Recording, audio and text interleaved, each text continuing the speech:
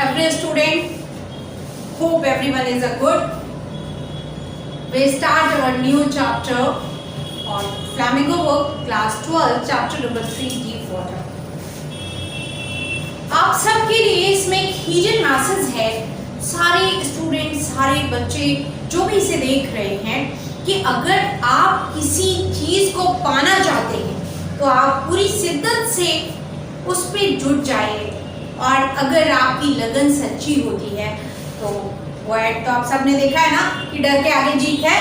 तो same thing है, अब एक मैसेज है कि अगर आप अपने फियर से लड़ना चाहते हैं और बार बार आप पूरी तैयारी से लड़ते हैं तो अंत में आप उस फियर को बहुत पीछे छोड़ देते हैं और जीत आपकी ही होती है। आइए शुरू करते हैं ये चैप्टर जिसका नाम है डीप वाटर। ये एक स्टोरी राइटिंग की श्रृंखला में मैं ये चैप्टर लेकर आपके सामने आई हूँ, और इसको विलियम डगलस ने बहुत ही सुंदर तरीके से लिखा है। जो स्टोरी है एक छोटे से बच्चे के द्वारा कि वो अपने फियर से कैसे लड़ता है, और वो फियर उसको बचपन में आ जाता है और वो बचपन के फियर से लगातार लड़ता रहता है। लेकिन जितनी बार वो स्विमिंग करने जाता है, वो बचपन का एक इंसिडेंस जो उसके दिमाग में इतनी गहरी चोट पहुंचा चुका था कि वो जब भी स्विम करने जाता है उसके माइंड में वो सारा का सारा डर वापस से निकल आता है और वो स्विमिंग नहीं कर पाता है। विलियम डगलस एक बार अपने पिता के साथ एक पानी के पूल में जाते हैं और बहुत तेज एक लहर आती है पानी की, और उन्होंने अपने पापा का उंगली होल्ड कर रखी है पिता की, लेकिन अचानक उनके टीनी टीनी लेग बहने लगते हैं और बहुत तेज वेव्स है वाटर की, उनका दम लगभग पानी में घुटने लगता है, वो गिर जाते हैं। और फादर मुस्कुरा रहे होते हैं क्योंकि उन्होंने बच्चे की उंगली बहुत तेजी से होल्ड की। जैसे ही वो पानी में गिरता है उसके पैर जवाब देने लगते हैं और उसकी सांसें बिल्कुल घुटने लगती हैं। उसे लगता है कि शायद आज ही जिंदगी साथ छोड़ देगी। बच्चा बहुत डर जाता है।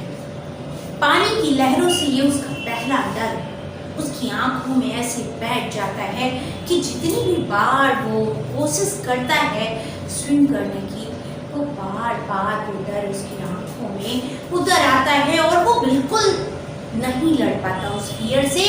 वो देखता है दिन गुजरते हैं, महीने गुजरते हैं, साल गुजरते हैं, 5 साल, 6 साल, 7 साल, 8 साल, 10 साल, वक्त गुजरते गुजरते वो लगभग 13 साल का हो जाता है और वो फिर से एक पूल का नेम है यहाँ पर लिखा YMCA, एक पूल में जाता है, यूकोमा पुल में, और वो कोशिश करता है कि मुझे अपने फियर से एक बार वापस से निकलना है, क्योंकि सब तो तैरते हैं, सब स्विम करते हैं, मैं क्यों नहीं कर सकता, मैं भी करूँगा।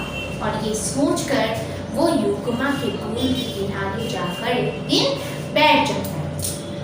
उस समय वो बहुत छोटा रहता है और अर्ली मॉर्निंग उस पहुँचता है तो उसके कोच नहीं पहुँचे होते और लगभग पूल बिल्कुल खाली और सन्नाटा रहता है। जब वो ये देखता है डगलस कि सब खाली है, तो वो वहीं स्टेयर्स के पे जाके, जहाँ पे डीप वाटर है, वहाँ पे जाकर बैठ जाता है स्टेयर पे, सीढ़ियों पर।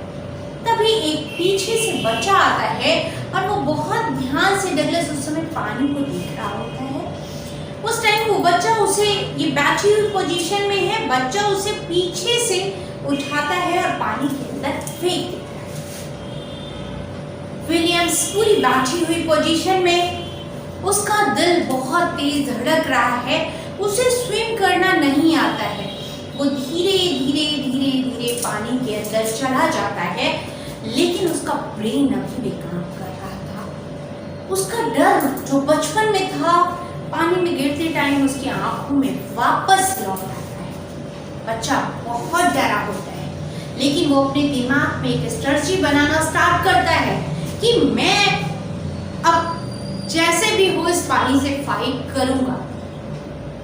वो दिमाग को तैयार करता है कि जैसे ही मैं नीचे पहुंचूंगा इस पूल में, मैं अपनी पूरी ताकत से पानी से ऊपर निकलने के लिए फोर्स करूंगा और मैं वापस आऊंगा पानी से बाहर।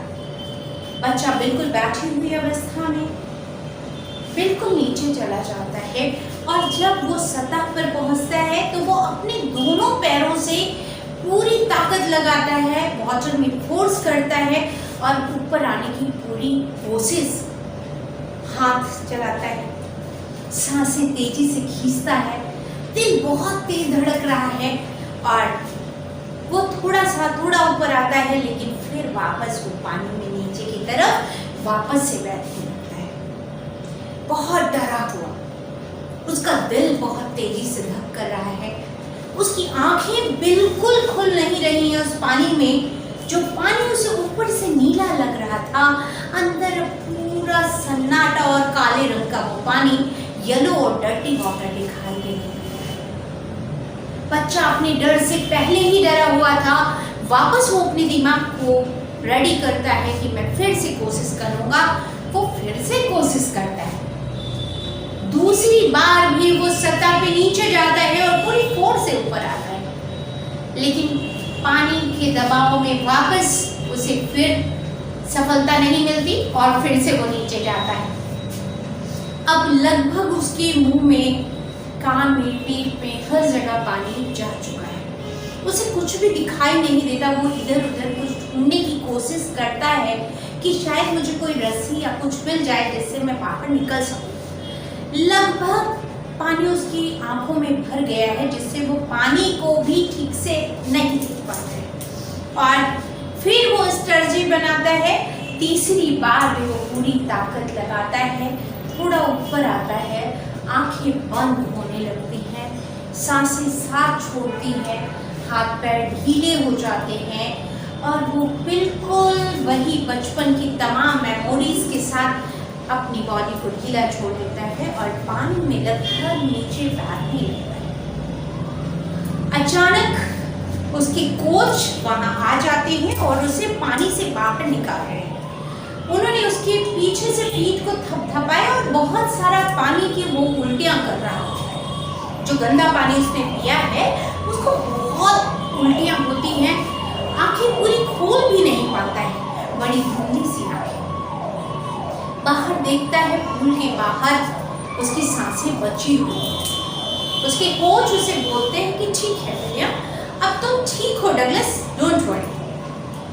वापस फिर से वही बचपन का डर, जिससे वो डरता था वो डर फिर से उसके अंदर बैठ जाता है और धीरे धीरे फिर वक्त गुजरना शुरू। वक्त किसी के लिए रुकता नहीं तो उसके लिए कैसे रुकता।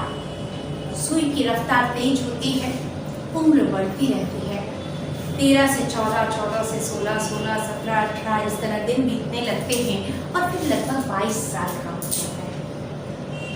वो अपने अड़ोसी पड़ोसी दोस्तों को देखता है कि सब स्विम कर रहे हैं और सब पूरा मजा ले रहे हैं जिंदगी जीने का, फिर मैं क्यों नहीं ले सकता। उसने वापस से डिसाइड किया कि मैं फिर से जाऊंगा और मैं भी कोशिश करूंगा और मैं जीतूंगा इस बार। मुझे तैरना ही होगा क्योंकि सब ये करते हैं तो मैं क्यों नहीं कर सकता। और वो बच्चा वापस अपने कोच के पास जाता है, पूल को ज्वाइन करता है, लगातार प्रयास करता है और एक ऐसा टाइम आता है जब वो एक दिन एक लेक में जाता है और काफी देर तक स्विम करता रहता है। उसके कोच उसे बोलते हैं कि विलियम डगलस, आप जीत चुके हो अपने फियर से और आप स्विम कर सकते हो, आप एक बहुत अच्छे स्विमर बन गए। विलियम्स को इस बात पे भरोसा नहीं होता और वो यूकुमा रिवर में उतर जाता है कि मैं जाकर देखूंगा कि क्या मैं सच में अपने फियर को जीत गया हूं।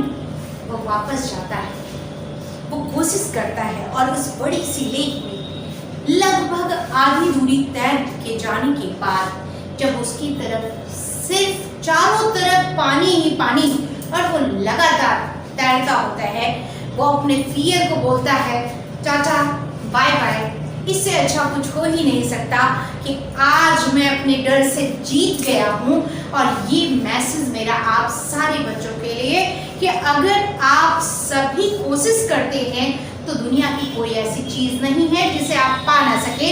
इस चैप्टर में ये हिडन मैसेज आप सारे बच्चों के लिए कि प्लीज़ आप ट्राई करिए, अपने बेस्ट के लिए आगे बढ़िए।